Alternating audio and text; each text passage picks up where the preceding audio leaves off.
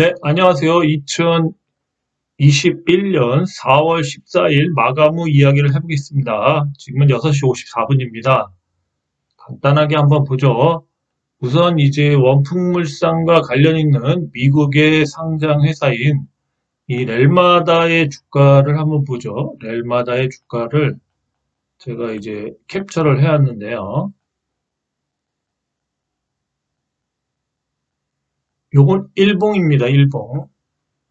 일봉을 보시면은 이렇게 상승을 하다가 이제 여기를 찍고 도지 모양이 나왔죠. 도지 모양. 도지 모양이 나왔는데 약간 수상하긴 하죠. 물론 여기서 더 이렇게 조금 더 이렇게 갈 수는 있겠지만 어쨌든 이런 식으로 한번 쏴줄 시간이 왔다는 거죠. 이런 식으로. 이런 식으로 한번 쏴줄 시간이 왔다는 거죠. 그래서 렐마다가 오늘 새벽에 어쩌면 급등하지 않을까 그런 조용한 그런 예상을 해봅니다. 차트가 좀 급등을 할 수도 있는 차트예요. 오랜 기간 계속 이렇게 박스권에서 횡보를 하다가 이제 여기를 지지하고 장기 이평선들을 지지하면서 위로 다 벗겨놨죠. 위로 다 벗겨놓으면서 도지 비슷한 모양이 나왔거든요. 그래서 좀 기대를 하게 됩니다. 기대를 하게 되네요. 그러면서 오늘 또 원품물산도 차트를 좀 좋게 만들었습니다. 그럼 한번 원품물산하고 한번 비교를 해보죠. 네, 이게 원품물산의 오늘 하루 거래 모습인데요. 종가되면서 장중에 좀 지지부진했는데 종가되면서 수급이 많이 들어왔죠. 그래서 제가 뭔가 좀 내일 기대를 할 수 있게끔 만들었죠. 계속 빼기만 하다가 왠지 좀 이렇게 여기서 이런 하락 구간에서 좀 약간 이격을 벌여놨다가 오늘 이제 5일선 위에 딱 올려놨죠.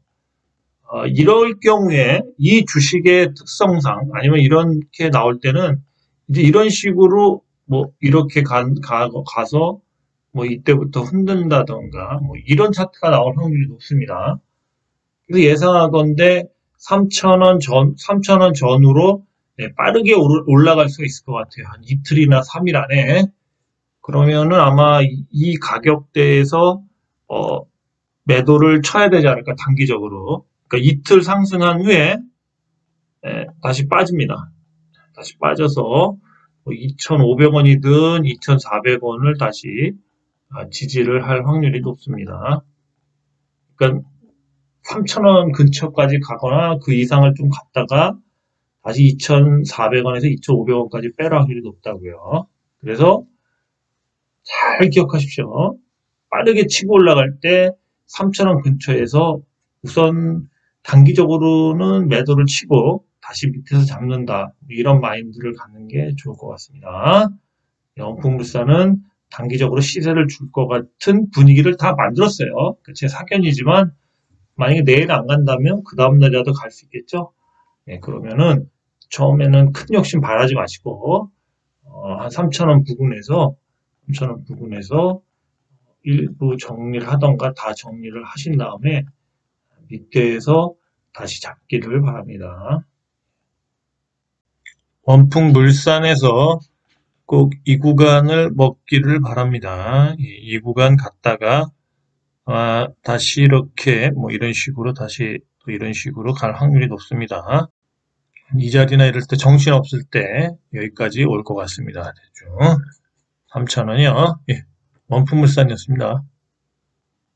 네, 그 다음에 네오팩트 전자약 관련주죠. 네오팩트 한번 차트 보겠습니다.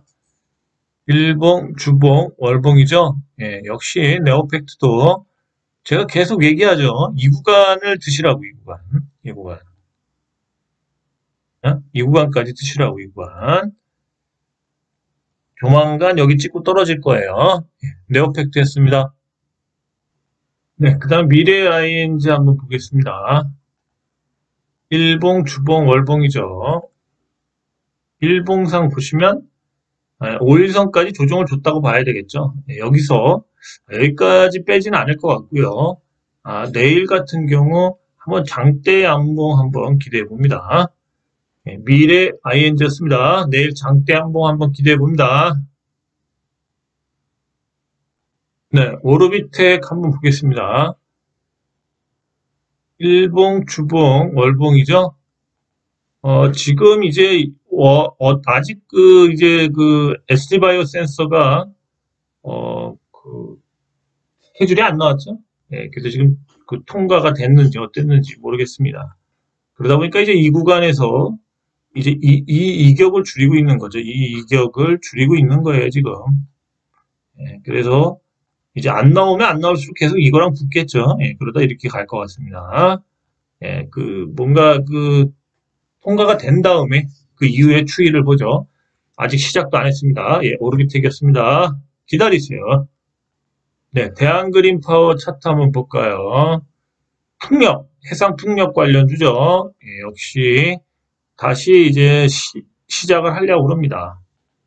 예, 여기서 이제 이렇게 갔다가 조정을 줬다가 다시 갔다가 이제 여기서 수렴을 하고 있죠. 기왕이면 이제 요걸 찍어도 더 내일 좀 빠져서 찍어도 되고요. 어쨌든 이제는 우상향을 할 확률이 높습니다. 우상향을 하면 이제 지속적인 매일 뭐 2에서 5% 내외로 한동안 상승을 할 것 같습니다. 그래서 한 3,200원대 되면 또 조정이 오지 않을까 그렇게 예상해 봅니다. 예, 대한그린파워는 계속 갈 겁니다. 계속 갈 거예요, 이제. 예, 대한그린파워였습니다. 네, 현대퓨처넥 같은 경우도 오늘 좀 강한 상승이 나왔어요. 일봉, 주봉, 월봉. 차트 좋죠? 예, 주봉도 여기서 이렇게 딱 걸려놨죠. 5일선 저번에 해놓고. 그 다음에 일봉을 봐도 이제 요번 주에 한번 하려고 그러네요. 예, 요번 주에. 2차 상승을 계속 갈 듯 말 듯 하고 못 갔는데, 이제 요번 주에 이제 이런 식으로 어느 정도 뺄 것 같습니다. 현대퓨처넥도 내일 기대됩니다. 내일 기대됩니다. 내일 기대되는 차트예요. 예.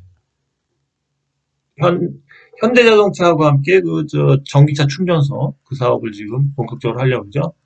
현대퓨처넷이었습니다. 네, 스마트 팩토리 관련주 SB 시스템스가 예상대로 이격을 벌려놓은 후에 지금 계속 상승을 하죠.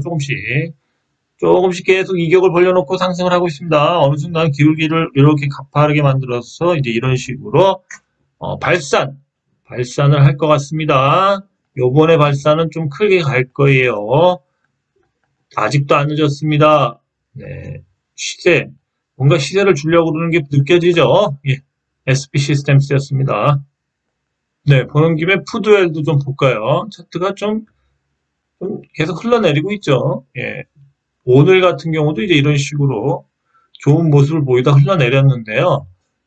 내일 같은 경우 이제 이런 식으로 한번 빼올릴 것 같습니다. 예, 그러면은 다시 우상향으로 이렇게 방향을 계속 이렇게 틀어갈 것 같습니다.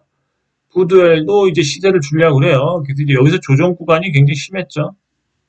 예, 그래서 요번에 이제 이런 구간이 나올 것 같습니다. 푸드웰이었습니다. 네, 한국 컴퓨터가 역시 유보금도 많고 그러더니 처음에 이제 그 디지털 화폐 테마에서 좀 처졌었죠. 그런데 결국 오늘도 물론 많이 갔다 빠졌지만 결국 자신의 시세를 계속 주네요. 차트 한번 일봉상 볼까요? 그렇죠. 오늘 좀 이제 조정이 있었지만 내일 다시 도전할 것 같습니다. 이 주식을 이제 제가 처음에 얘기했을 때가 이제 2구간 정도 되는데요. 이때 이제 디지털 화폐를 한 요 정도 상승했다가 이제 본격적인 시세는 이제 어제 오늘 나왔고요. 네, 조만간 다시 이걸 채우면서 이렇게 슈팅이 한번 나올 것 같습니다. 한국 컴퓨터였습니다. 디지털 화폐 관련주입니다. 네, 반도체 회사인 피델릭스를 한번 볼까요? 사실은 이제 AD 칩스하고 피델릭스가 요즘에 흐름이 사실은 좀 좋아졌어요, 다시. 그래서 이제 지금 마지막 발산을 준비하는 것 같습니다. 그래서 한번 차트 한번 볼게요. 일봉, 주봉, 월봉이죠? 네, 역시 피델릭스도 한번 하려고 그러네요. 그죠? 계속 쌓아 올리죠? 네, 조만간 이제 항상 각도가 이렇게 쓰죠? 예, 쓰면서 뭔가 이제 발산을 할 것 같습니다. 예, 피델릭스, 이곳점은 뚫겠죠. 최소한 이곳점 이상은 갈 겁니다. 예. 피델릭스도 한번 괜찮습니다. 한번 매수 고려해 보시기 바랍니다. 네, 조일알미늄 같은 경우도 조정이 끝난 모습이에요. 일봉을 보시면 오늘로써 이제 여기서 이제 조정이 심했지만 다시 이렇게 상승 추세를 달리다가 잠깐 조정을 줬죠. 이제 다시 상승 추세로 달릴 것 같습니다. 그래서 흐름 자체는 어차피 이제 이런 식으로 우상향을 계속 이어갈 것 같아요. 이러면서 이제 이격이 좀, 요런 이격들이 좀 줄어드는 거죠. 요런 이격들. 그래서 다시 상승할 것 같습니다. 예, 조일 알미늄. 그다음 지폐 정도는 보지 않을까요? 예, 괜찮습니다. 네, 테라젠 이텍스, 테라젠 바이오의 지금 IPO를 준비 중이라서 뭔가 그거에 의해서 좀 시세를 주지 않을까 보고 있는데요. 뭔가 약간의 움직임이 있긴 있는데 지금 아주 크진 않죠. 일봉, 주봉, 월봉이죠. 그렇죠? 요번 달에 이제 월봉을 이제 요 이평선 위에 올려놓은 다음에 다음 달에 이제 이렇게 길게 빼면 좋겠죠. 예, 그래서 일봉상도 지금 뭔가 이렇게 이런 이평선들을 사실은 이제 이런 장기 이평선들을 마주칠 때는 이 밑에서 올라오는 게 강하게 한번 슈팅이 나옵니다. 그래야지만 이런 이평선들을 이제 꼭 이렇게 돌려놓으면서 이 배열들이 이제 역배열에서 정배열로 바뀔 수가 있죠. 예, 이렇게 역배열에서 정배열로 바뀌려면 사실은 지금 좀 슈팅이 한번 큰 흐름이 나와줘야 됩니다. 그래서 이제 한번 그림을 그려드리면 이런 식으로 여기서 큰 흐름이 나온 다음에 다시 빠져도 빠진다는 거죠. 예, 요 지점이 그래요, 원래. 예, 그렇습니다. 테라젠 이텍스도 이 강한 흐름이 나올 때 좀 시세를 먹기 바랍니다, 우선. 당분은. 예, 테라젠 이텍스였습니다. 네, 그린 케미칼이 제가 이제 저번 주에 얘기한 그 시점부터 해서 계속 상승 중이죠.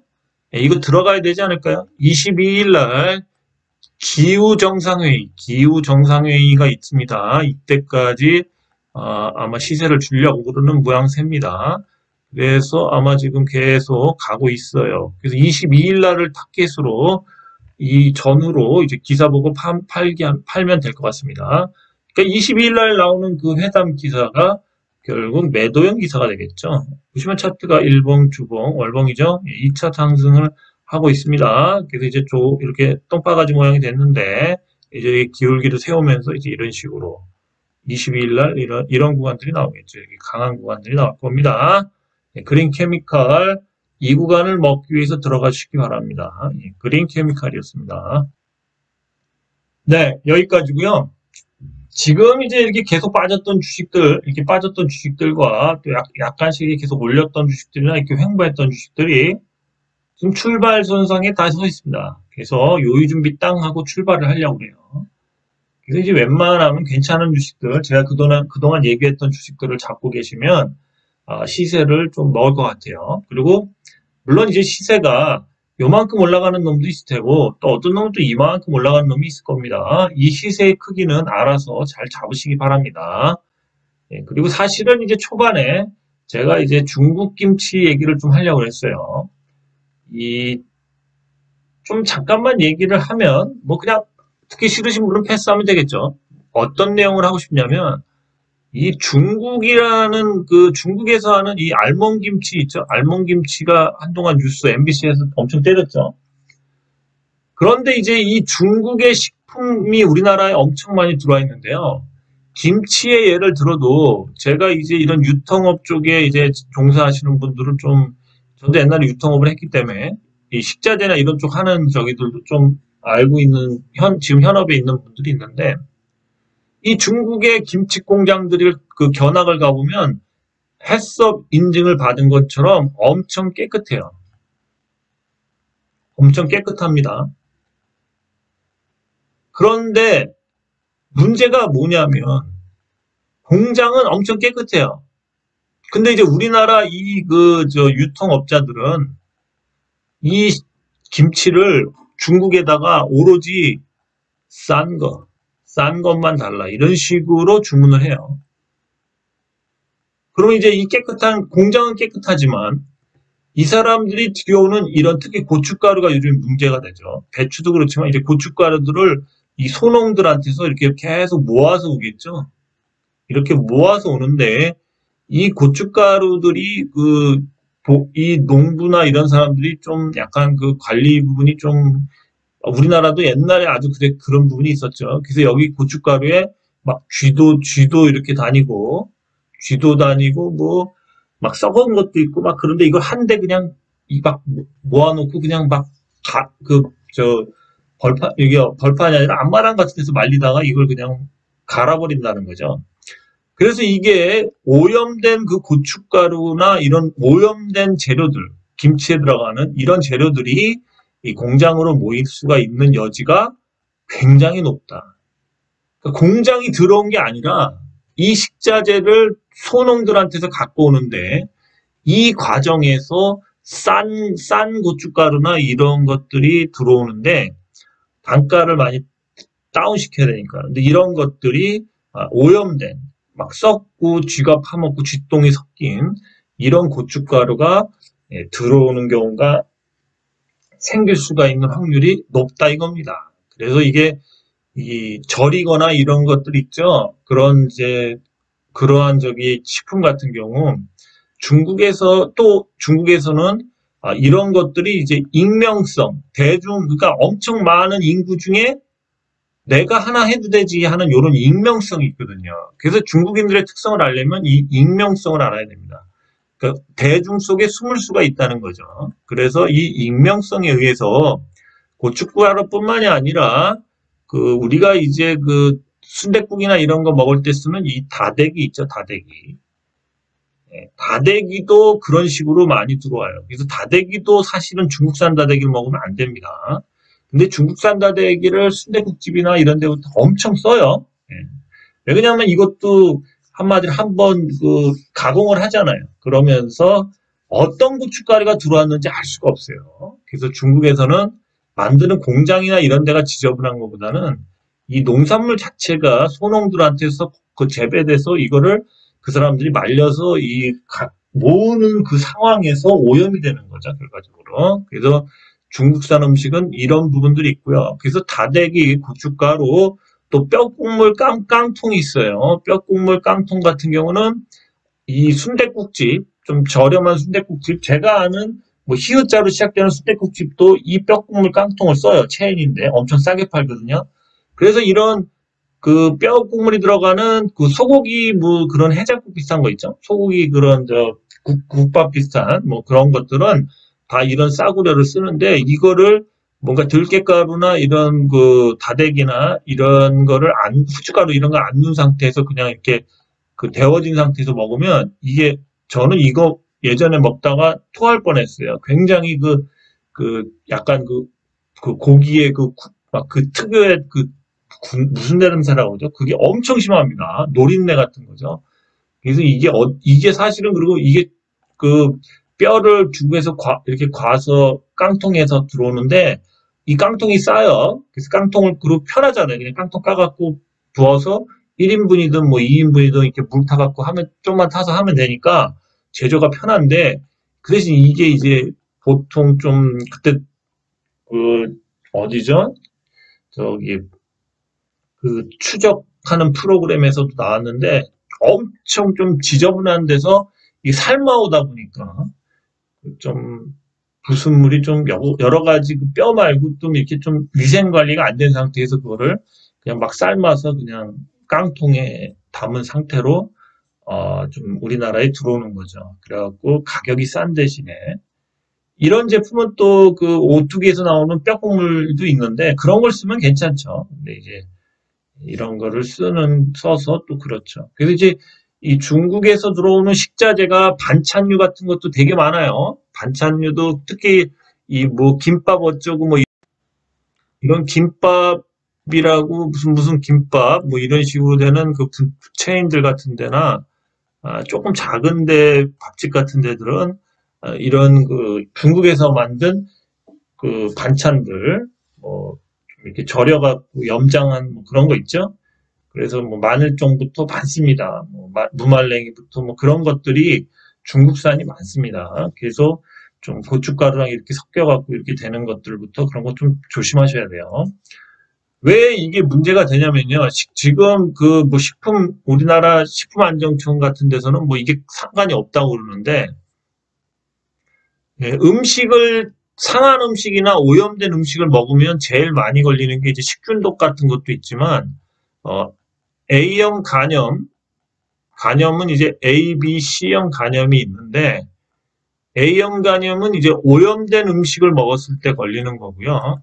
그 다음에 B형 간염은 이제 B형 간염균에 의해서 되는 거고 C형은 이제 주사바늘 같은 데서 되는 건데 이 A형 간염 같은 경우가 이게 황달이 되면서 이게 아주 심할 경우에는 사망까지도 갈 수 있는 이것도 그래요.